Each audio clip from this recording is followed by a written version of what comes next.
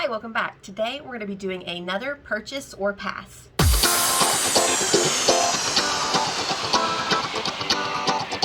Alright, I've got my computer pulled up. If you are wondering what's on my face, I am currently doing a foundation wear test on the new L'Oreal Infallible 24-hour fresh wear foundation in a powder. You do not know how many times it took me to get that right when I was trying to introduce the other video. If that's up, I will link it for you above and below. Okay. So I went ahead and pulled up Instagram, and we're going to scroll through and talk about some of the latest releases and discuss if I think it would be something I would like to purchase or something I will pass on. So first off, I'm seeing the new release from Rare Beauty. This is their Stay Vulnerable collection.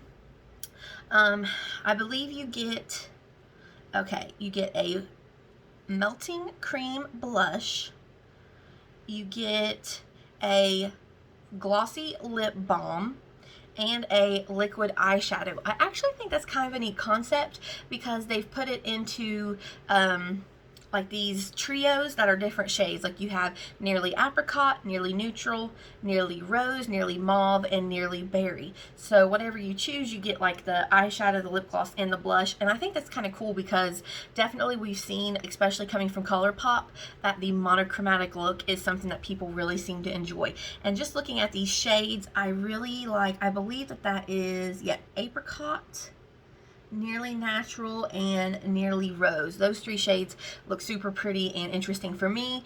I really like that they've included this super dark shade. I'm gonna assume is probably nearly berry, but I think that that's really cool and really interesting. Just the blush alone, the way that it's like domed up, don't ask me why, that really like pulls me in, and I just think this concept's really interesting. So I actually think that that is something that would potentially be a purchase for me. Now, looking at this release, this is from Line Crime. They have these two eyeshadow palettes. They've released one that is a warm tone palette and one that is a cool tone palette.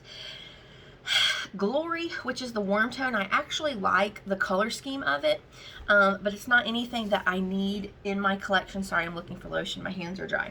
It's not anything that, like, it's not any colors that I'm lacking in my collection.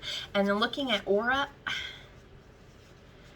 I don't know. I'm kind of torn because it's kind of like the lighter shades are the pastel-y versions of the darker shades. I don't know. That one just doesn't vibe with me very well. Like, I'm just not a super fan of it. I think the color scheme of the warm tone palette is better in my opinion, but for me, both of these are just going to be a pass. Okay, so ColourPop has come through and answered the call, kind of these smaller pan palettes. Honestly, this to me seems like their answer or their rendition of the e.l.f. bite-sized eyeshadow. I don't know where mine's at, but that's what you think of when you look at this. Now, they've come out with these 5 colors. They have Lyric, they have Crush, Cherish, Ballad, Lyric, and Amour.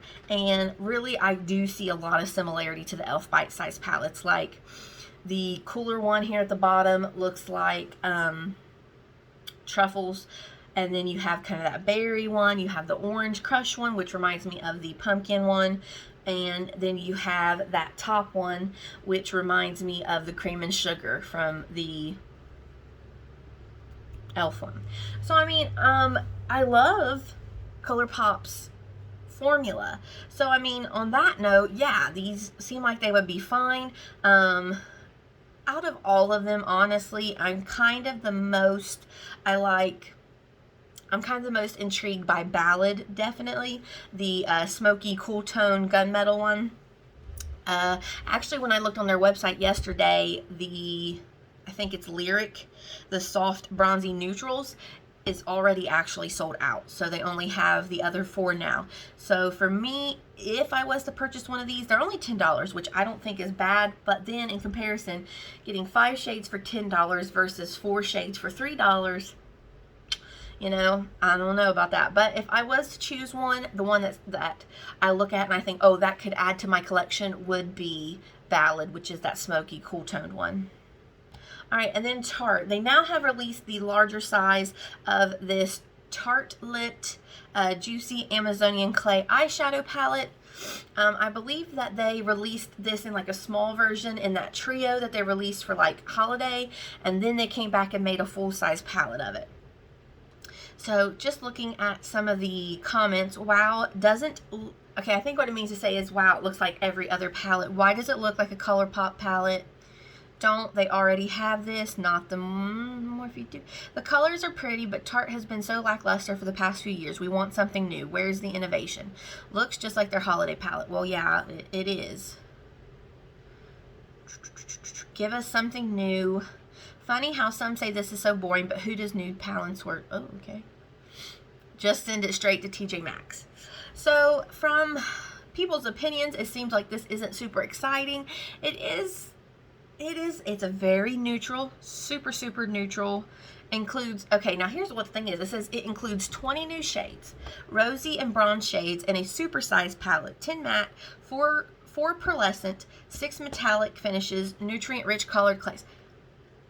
Are those really new shades? Because they look so boring. It looks like, honestly, there's like 1, 2, 3, 4, 5, like 6 shades of just this different, slightly different tones of brown, but those look so, like, honestly, 1, 2, 3, 4, 5, 6.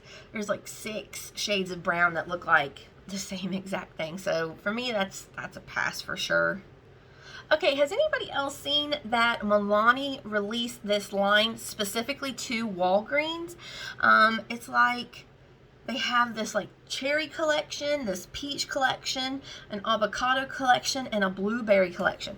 But it's exclusive to Walgreens, which I thought was weird. Like there's a cream blush, a baked blush, a skin primer, tinted lip balms, lip glosses, moisturizing lip tint, a lip mask, a lip scrub. I don't know. I just find it odd that like they don't put their whole collection in one spot. I mean, this peach gloss looks really pretty. I don't see anything wrong with that. Oh, it looks like an avocado mascara, or is that a brow gel? Okay, that's an avocado brow gel. I see what you're getting at here. All right, let's see. Are there any comments on this? No, doesn't look like it. I don't know. That's probably a pass. Well, 1, I don't have a Walgreens, and 2, I don't like when like certain stuff goes certain places. That's just aggravating. Okay, let's talk about this from, what is this, BH Cosmetics. So they've released this as part of like their travel series collection, the Lost in Los Angeles eyeshadow palette, and the Prise and Aspen face palette.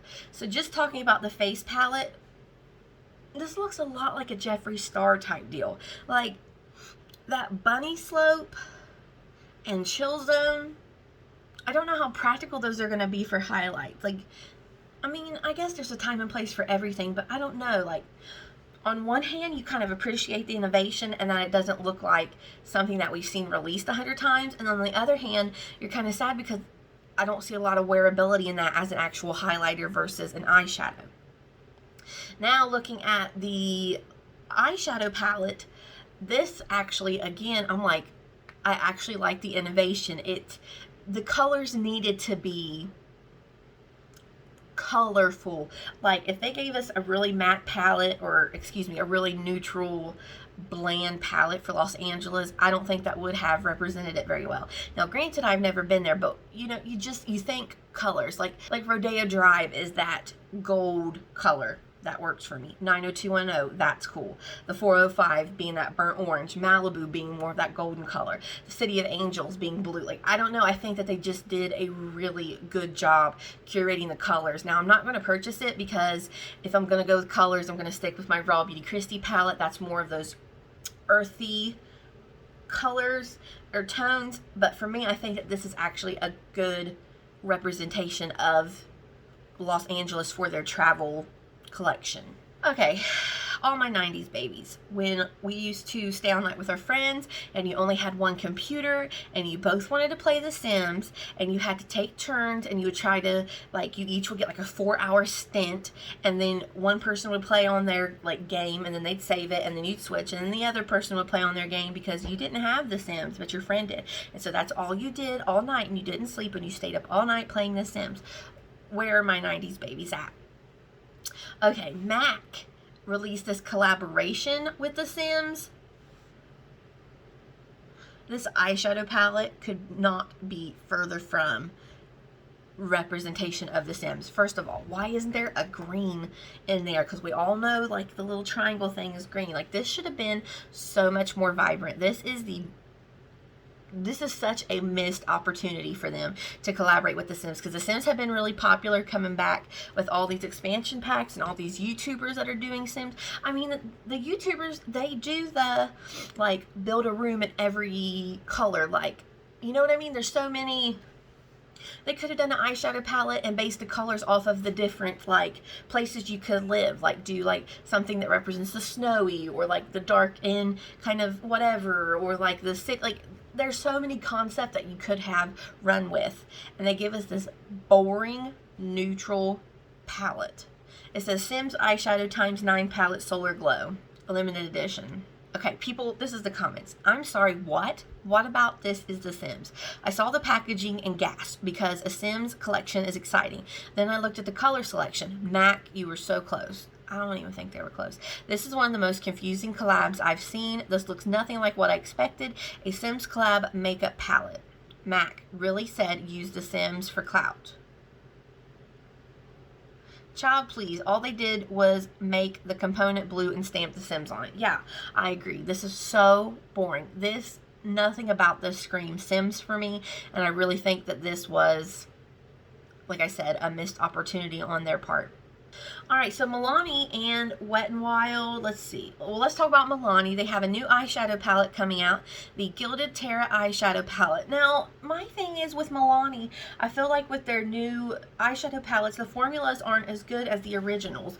Like, I have that Soft and Sultry palette somewhere, and I really love the formula of that. And I feel like consistently I've heard that these newer, like, I haven't bought any because I've heard through reviews that they aren't the same creamy silky formula.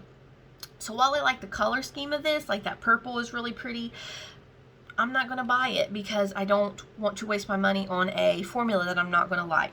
Wet n Wild has put out their answer to the e.l.f. bite-sized eyeshadow palettes. However, they really also have one up on ColourPop, because I believe the small ones are 5-pan palettes, and they are, let's see, $3.99. So a 5-pan palette for $10, 5-pan for $3.99, so that's $4, or a 4-pan palette for $3.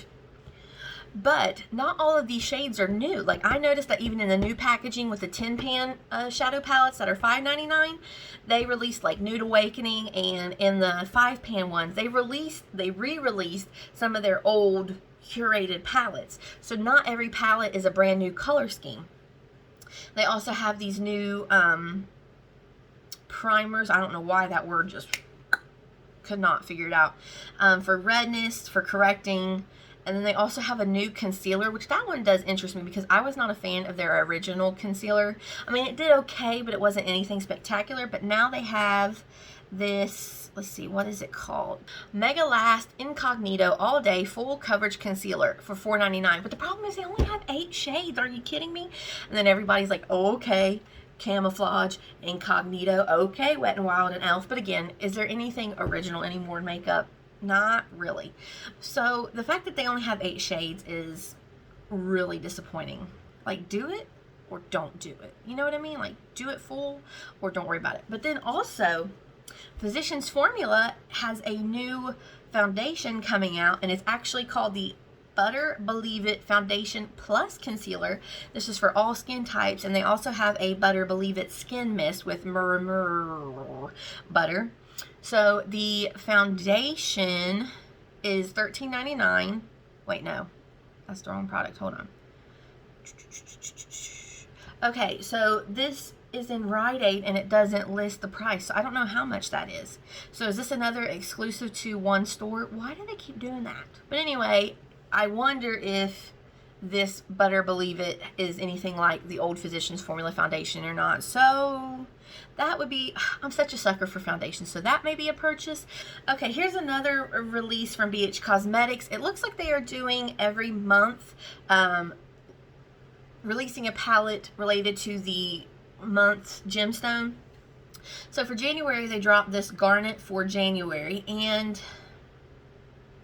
I mean, I get the concept. I think that the idea behind it was good, but like the execution didn't really get there, if you know what I mean. Like that, I don't understand why they put that one long shade. Like, why? Okay, I'm digging the matte red. I get that. I get the transition color. I get the black. I get the brown because you can make it a lot easier. I just don't understand this long pan. Like, unless that's, okay, that's called garnet. So are they taking the actual gemstone in every single palette and making it that one large palette to like highlight it? Potentially. I mean, I'm interested to see what they bring out for June, because June could be pearl, it could be onyx, or it could be alexandrite. So like, which one are they going to roll with? So yeah, that one's interesting to me. I don't fully understand it, but then I'm kind of like, oh, okay, we'll see what comes out for June, because that's my birth month. Okay, e.l.f. They have released this new Mint Melt collection. Honestly, they released some more of those bite-sized eyeshadow palettes. I think those are really neat. I would love to get my hands on the one with like the browns and the mint. They've also released with this collection these No Budge eyeshadow sticks, a fresh cooling cleanser, a cleansing cloud like the cloth thing, a whipped face mask, a face primer, and gloss, as well as a brush trio. So honestly, I just really like the packaging. I think that the mint, like, we were really into that corally color last year, and now like this mint color's coming out, and that seems to be really popular. I'm kind of curious about the cooling face primer, like what that feels like, and I definitely would be interested in picking up one of these eyeshadow, bite-sized eyeshadow trios. Okay, Wet n Wild, they also released this tinted hydrator, but again, why the only 8 shades? I get though that being a tinted hydrator, it's meant to cover more range because it's not like a full coverage type deal, but still, sheer to medium coverage. I still just think 8 shades, that's nowhere near enough. We needed at least 10. Give me 2 more dark shades. Yeah, they need at least 2 more shades that are dark. 100%. But it is only $4.98, so yeah, people are not happy with this shade range at all. Are they joking with the shade range? But some people seem excited about it. But yeah, the shade range is absolutely awful. So Physicians Formula, they also released the new matte bronzer, which is interesting. However, I did watch Allie Glein's review on it. The new matte, what is it called? The Matte Manoy Butter Bronzer, and it just looks a little too orange for me. So that's one I'm probably going to pass on, because you have to be really careful as someone who's as pale and as fair as I am, that your bronzer does not go super orange as you try to lighten it. Okay, Fenty, they have released their own version of the A Powder Compact, which looks pretty interesting. And it actually has a really nice shade range. It looks like it does well in like a lighter category, a medium category, and a deep dark category. So that is something that is interesting. I don't know why I'm clearly today testing out the L'Oreal Infallible, but like I'm really intrigued by powder foundations for some reason. Don't ask me why. Would I ever purchase it? No, I'm not going to pay that much, but I want it. I really still want to try the one from Makeup Forever. Actually, my sister and I seen it in Sephora, and I was like, but they didn't have my shade at all, so that was probably a blessing in disguise, quite honestly. Alright, that's going to wrap up this video. Thank you for watching. Let me know in the comments, is there anything that you see buzzing around that you're like, ooh, yes, that's a purchase for me, I can't wait to get my hands on it? Or are there things out there where you're like, that is an absolute pass, I don't even understand what that collection is about? Mac and Sims. So let me know down below. Thank you for watching this video. I hope you will like and subscribe, and I will see you next time. Bye-bye.